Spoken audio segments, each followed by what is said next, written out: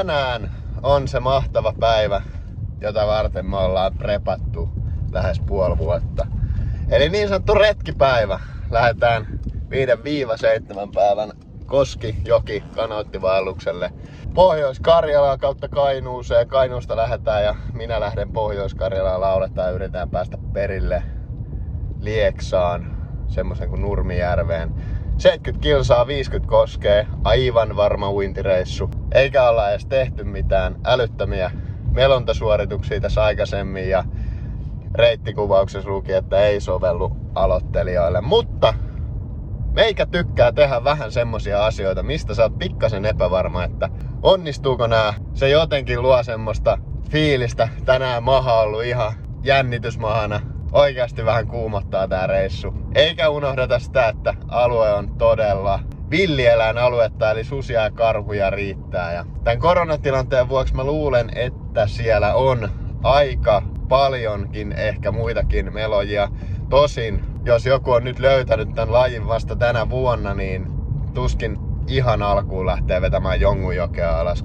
Mutta tästä reissusta tulee 3 tai 4 osaa. Tsiikataan. Tässä on nyt osa 1. Tervetuloa mun mukaan.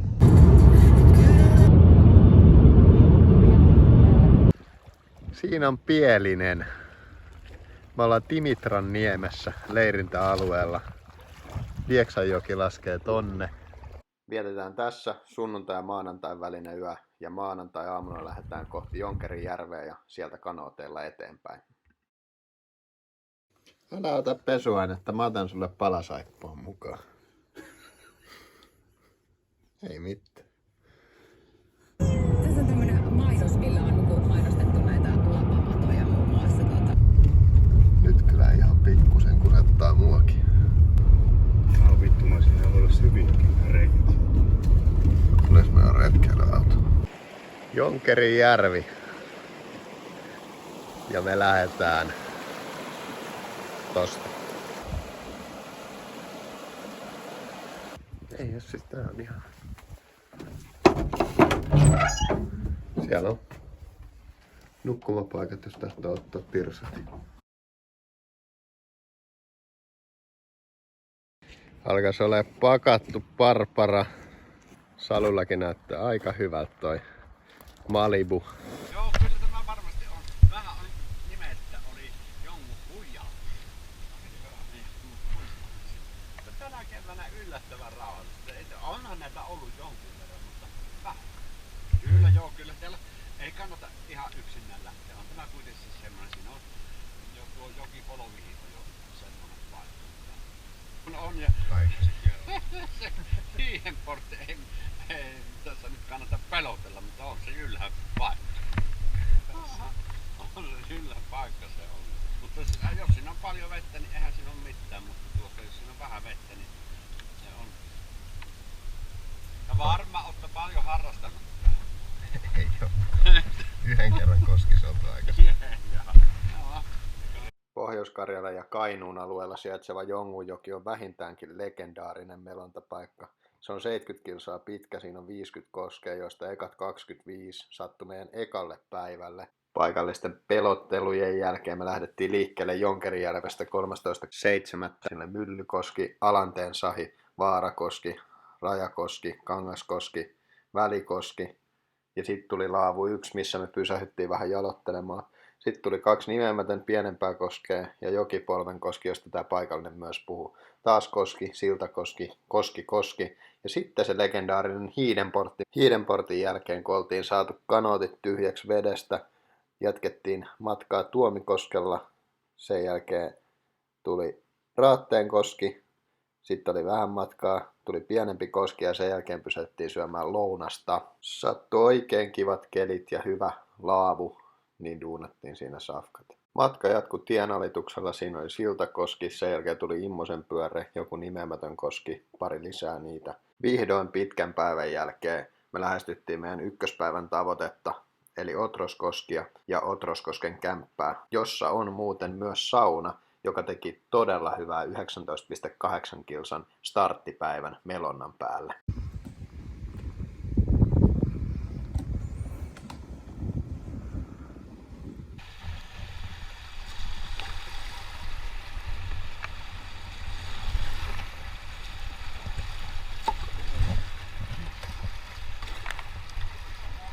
Häh?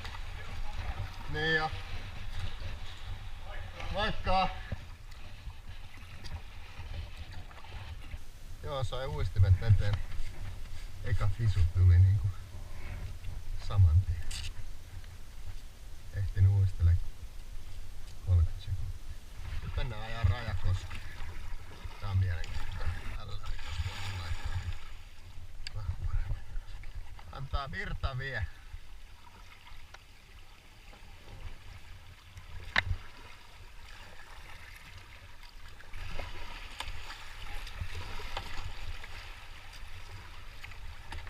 Ois kuule ahven tässä. On oikeastaan aika paljon kalaa.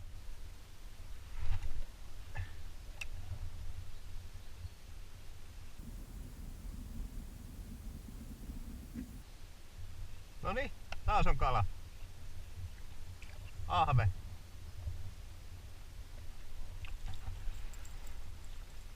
Monta sä haluat näitä syödä? Tää on sokeri, ei panna tätä.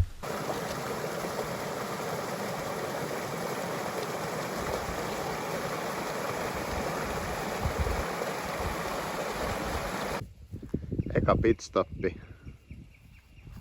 Mikä tämmöistä nimi nyt olikaan? Kangasjärvi.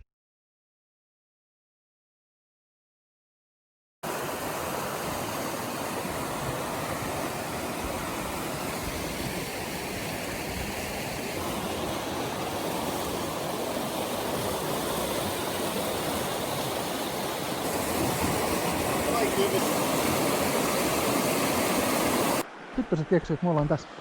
Huomaat? Se on Sweden porttia. Round one. Fight! Heippa!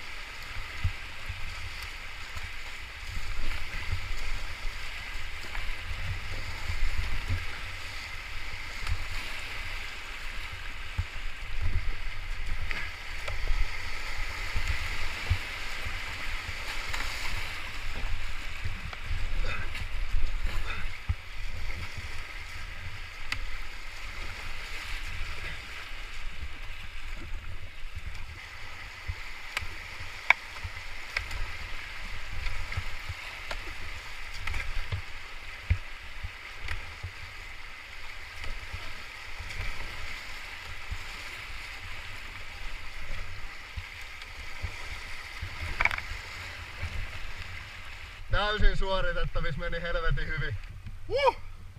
Aika komeat kaltsit taas.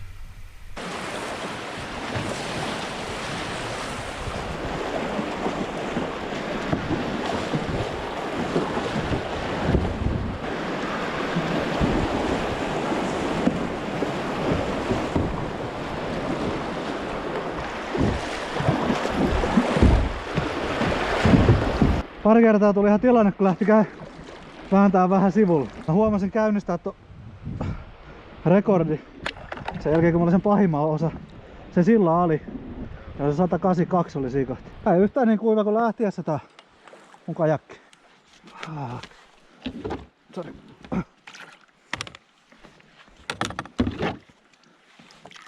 Se on hiidenportti tultu alas. Ja kumpikaan ei uinu. Eli nyt kipataan. Otetaanko pieni kartanluku hetki? Takana näyttää paikoin myrskypilviltä. Löydettiin kartalta autiotupa tuolta. Nyt ollaan tuolla. Ei ole enää kuin 3 koskea ja 4 koskea. Ja vähän jotain muuta pientä. Sitten yöpymispaikka. Siellä on sauna, autiotupa, ajetti.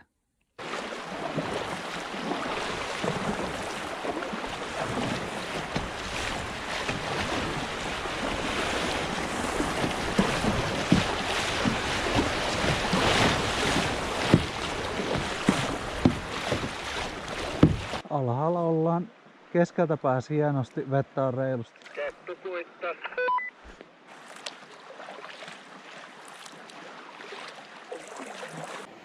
Noniin, kämppä löytyi.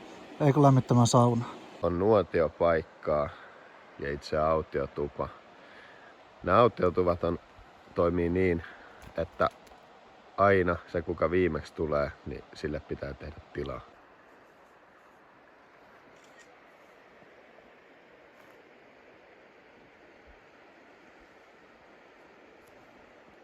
Autiotuvassa on kamina, pari kerrossänkyä.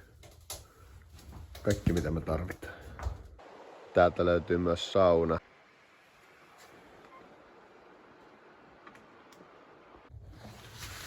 Kyllä täällä näyttäisi kävijää piisaava. Monta sivua ollut jo, vaikka olisi vanha. Täällä on viimeksi eilen käynyt joku pyörälenkillä. Ja sit me. Me päästiin onnellisesti autiotuvalle asti, päästiin saunomaan. Nyt tässä kohtaa jokeen yhtyy muun muassa Venäjältä tuleva toinen joki, jolloin vesimäärä kasvaa. Siihen yhtyy myös muutama pieni puro. Ja se tarkoittaa, että seuraavat työt on skidisti aina vauhdikkaampia kuin edelliset. Nyt pitää muistuttaa, että vesi on sellainen elementti, että sitä pitää aina kunnioittaa.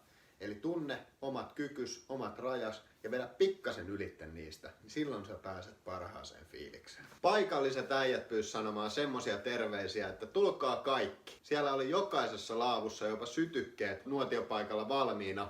Kaikki oli laitettu viimeisen päälle, aina oli polttopuita. Tultiin juttelemaan, toivotettiin tervetulleeksi ja toivottiin, että tulkaa uudestaankin. Ottakaa kaverit mukaan.